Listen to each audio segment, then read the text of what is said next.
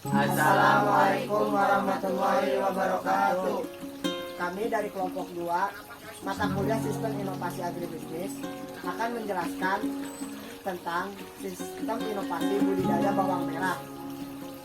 Kami dari Prodi Agribisnis semester 4 Fakultas Pertanian Universitas Wadaya Gunung Jati. Perkenalkan, nama saya Agni Permana. Saya Agni Aditya. Saya Yulfani Malapasaka. Saya Siti Priyanti. Saya Asep Nurudin. Sistem Inovasi Budidaya Bawang Merah. Pengertian: bawang merah atau berambang atau bisa disebut juga Allium ascalonicum L adalah nama tanaman dari familia Alliaceae dan nama dari umbi yang dihasilkan. Umbi dari tanaman bawang merah merupakan bahan utama untuk bumbu dasar masakan Indonesia. Bawang merah adalah tanaman semusim dan memiliki umbi yang berlapis. Tanaman mempunyai akar serabut dengan daun berbentuk silinder berongga. Umbi terbentuk dari pangkal daun yang bersatu dan membentuk batang yang berubah bentuk dan fungsi, membesar dan membentuk umbi berlapis. Umbi bawang merah terbentuk dari lapisan-lapisan daun yang membesar dan bersatu. Umbi bawang merah bukan merupakan umbi sejati seperti kentang atau kelas. Umbi bawang merah dan bawang bombay dikenal dapat mengindukasi keluarnya air mata apabila diiris. Hal ini disebabkan reaksi berantai yang terjadi dalam sel-sel umbinya. Apabila umbi lapis diiris, sel-selnya akan pecah dan melepaskan berbagai senyawa yang terkandung di dalamnya. Dua senyawa yang terlepas diantaranya adalah enzim alinase dan asam amino. Syarat tumbuh: 1. Bawang merah menyukai daerah yang beriklim kering dengan suhu agak panas dan mendapat sinar matahari lebih dari 12 jam. 2. Bawang merah dapat tumbuh baik di dataran rendah maupun dataran tinggi, sekitar 0-900 meter dari permukaan laut, dengan curah hujan 300-2500 per tahun dan suhunya 25 derajat Celcius sampai 32 derajat Celcius. 3.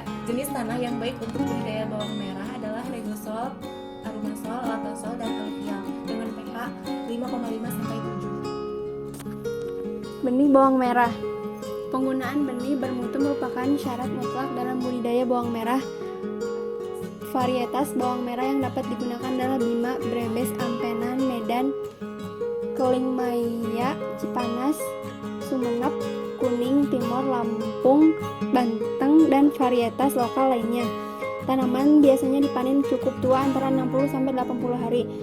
Telah diseleksi di lapangan dan di tempat penyimpanan. Umbi yang digunakan untuk benih adalah berukuran sedang, berdiameter 1,5 sampai 2 cm dengan bentuk simetris dan telah disimpan 2-4 bulan. Warna umbi untuk lebih mengkilap, bebas dari organisme pengganggu tanaman. Persiapan lahan.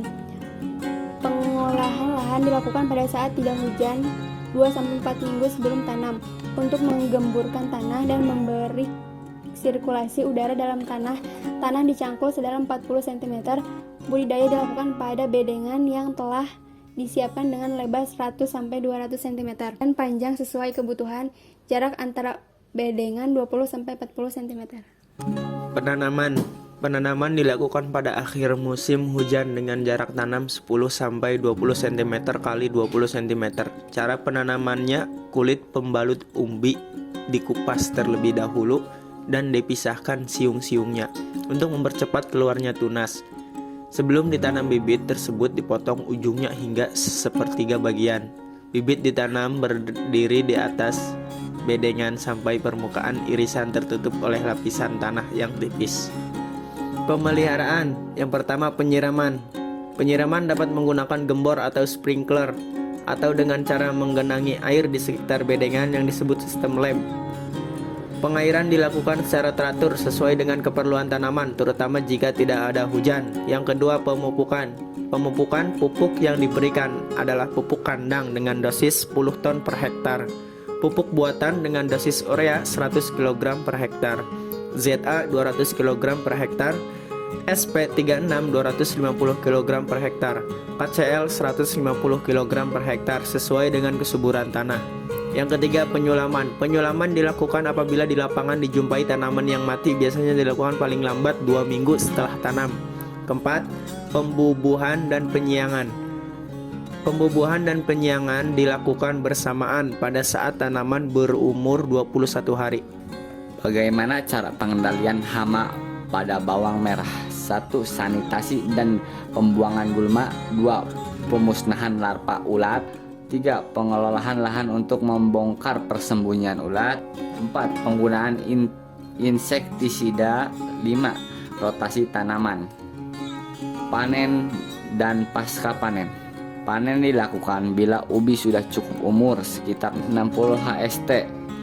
Ditandai daun mulai menguning. Caranya mencabut seluruh tanaman dengan hati-hati supaya tidak ada ubi yang tertinggal atau lecet. Untuk 1 hektar pertanaman bawang merah yang diusahakan secara baik dapat dilakukan 10-15 ton.